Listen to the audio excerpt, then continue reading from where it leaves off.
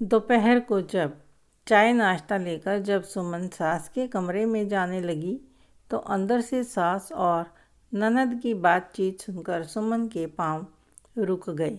ननद बोल रही थी, माँ आज पालक पनीर बहुत अच्छा बना था। सुनकर सुमन को बहुत अच्छा लगा था कि इतनी व्यस्तता के बीच में उसने पालक पनीर बनाकर अच्छा ही किया। दीदी को पसंद आया, उसकी मेहनत सफल हो गई। लेकिन इतने में ही सास की आवाज़ सुनाई दी, तुझे तो पता है तेरे पापा को पालक पनीर कितना पसंद है, लेकिन क्या मजाल है कि हमारी या तेरे पापा की पसंद की कोई चीज़ बन जाए। किसे पड़ी है हमारे मन की। तेरी भाभी से तो इतना भी नहीं होता कि कभी कभी हमारी पसंद से कुछ बना दिया करे।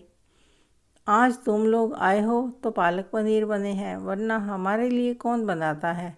सुनकर सुमन को बहुत बुरा लगा।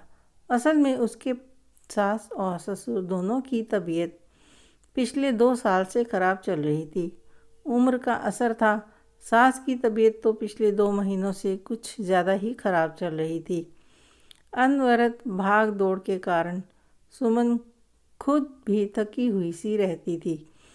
सास ससुर की सेवा, आने जाने वालों की आवभगत, घर के रोज़ के काम, इन सब में उसका अंग अंग दुखने लगा था। फिर भी वह सुबह 6 बजे उठकर और जल्दी जल्दी काम निपटाती ताकि अपना फ़र्ज अच्छे से पूरा कर सके, किसी भी काम में कोई कमी ना रहे।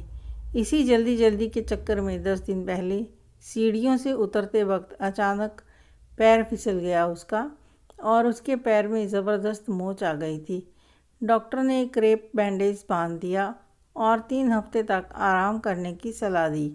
लेकिन घर में सास की तबीयत देखने आने जाने वाले लगे हुए थे, तो वह आराम कैसे करती। पैर को घसीट घसीट कर चलते हुए वह पूरे काम कर रही थी। 3 दिन से तो उसे बुखार भी था, तो पैरासीटामोल लेकर काम चला रही थी। पैर में मोच आने के कारण वह बाज़ार में सब्जी लेने भी नहीं जा सकती थी। खुद का भी पालक पनीर खाने को मन होता था, लेकिन सोचती थी कि फिर कभी बना लूँगी। यह सोचकर वह पालक नहीं लाती थी और जब पैर में मोच आ गई तो फिर बाज़ार जा ही नहीं पाई। पति और बच्चों को वह जो और जितनी सब्जी लाने को बोलती थी वह लोग उतनी सब्जी ले आते थे, इसलिए पालक नहीं मंगवाई। सुमन को लगा था कि उसकी ननद अपनी माँ को समझाएगी कि माँ आप ऐसा क्यों सोचती हैं, हर दम तो बनाती है ना भाभी आप दोनों की पसंद का खाना।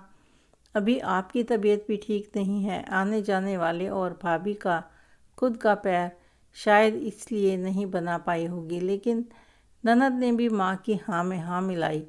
माँ को समझाने की बजाय आग में घी डालने का काम किया। सुमन हैरान रह गई। आज उसकी शादी को 20 साल हो रहे हैं। उसने हमेशा माँ और बाबूजी की पसंद नापसंद का पूरा ख्याल रखा है। सिर्फ सास ससुर ही क्यों, उसने तो हमेशा ही कोशिश की है कि परिवार के हर सदस्य का जहाँ तक हो सके पूरा ख्याल रखे। यहाँ तक कि इस चक्कर में कभी कभी उसके अपने बच्चों की भी अनदेखी हो जाती है। वह अपने बच्चों को किसी तरह समझा देती। अभी भी उसके दोनों बच्चों की परीक्षाएं चल रही थी, लेकिन वह उनकी पढ़ाई भी नहीं देख पा रही थी। क्या यह सब दीदी को दिखाई नहीं दे रहा था। शाम को ननद किचन में आई और कहने लगी, भाभी तुमसे एक बात कहनी थी। कहिए दीदी, क्या कहना है। भाभी, माँ की हालत तो तुम देख ही रही हो, मुझसे उनकी यह हालत नहीं देखी जाती। वो क्या है कि मैं बेटी हूँ, तो मेरा कुछ भी किया हुआ माँ को नहीं लगेगा, इसलिए तुमसे कह रही हूँ। बोलिए ना दीदी, क्या बात है। माँ के लिए मुझसे जो भी बन पड़ेगा ज़रूर करूँगी। तुम माँ के कान में कहो कि मैं 5 एकादशी के व्रत करूँगी।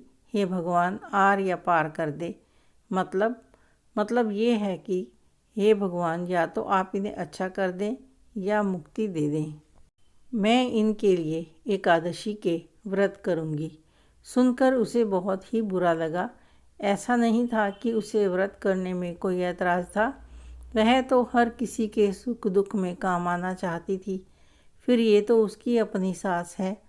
अपनी सास के लिए तो वह हरदम कुछ भी करने को तैयार है, पर जब ननद ने व्रत करने के लिए कहा तो उसे बहुत बुरा लगा।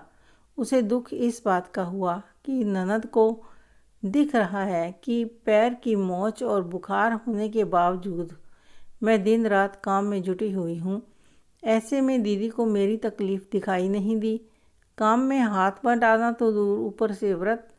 खैर ननद को बुरा न लगे इसलिए उसने सास के कान में कह दिया।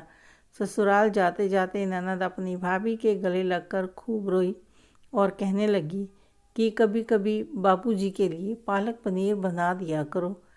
यह बात उसने इस अंदाज में कही कि सुमन को लगा जैसे किसी ने उसके गाल पर तमाचा मार दिया हो। उसे अपनी सालों की मेहनत मिट्टी में मिलती नजर आई। जिस ननद को वह ननद कम और सहेली समझती थी, अपने मन की हर बात शेयर करती थी, वही ननद अपने माँ बाप के प्यार में इतनी अंधी हो जाएगी कि उसे सच्चाई भी नज़र नहीं आएगी। यह उसने सपने में भी नहीं सोचा था। सुमन ने हमेशा परिवार की खुशी को ही अपनी खुशी माना। शादी के 20 सालों में अपना तन मन धन सब कुछ परिवार के लिए न्यौछावर कर दिया। उसका ये सिला दिया। वह सोचने लगी कि क्या भाभी इंसान नहीं होती? क्या वास्तव में भाभी एक ऐसा प्राणी होता है जो मशीन से भी बदतर होता है? क्योंकि मशीन भी जब ज़्यादा चलने से गर्म हो जाती है तो उसे ठंडा करने के लिए आराम देना भी ज़रूरी हो जाता है।